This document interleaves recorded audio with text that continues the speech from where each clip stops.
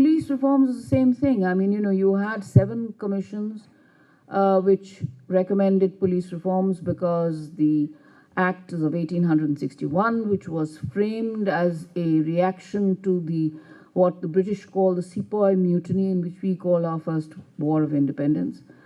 And so the police was then, the act came as an arm of the executive to suppress the native.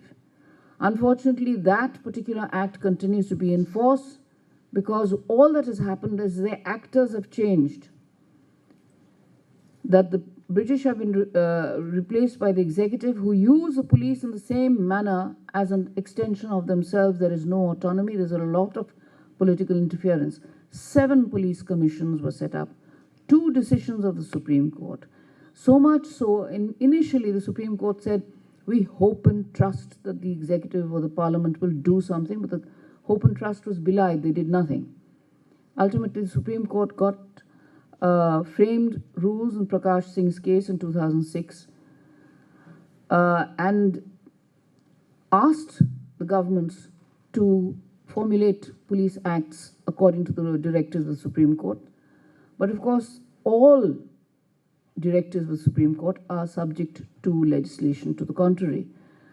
And so we had a situation where the states went right back. They reenacted law, which was really a replication of the 1861 Act, with a few exceptions.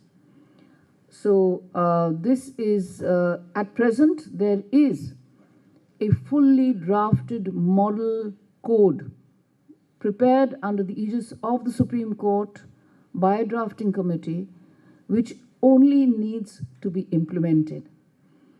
So as Orgo said right in the beginning, it's a low-hanging fruit. All it needs is to be plucked. But somehow there isn't the political will, because when people come into power, they don't realize that when they're out of power, it is this very fruit which will save them, provided they pluck it now.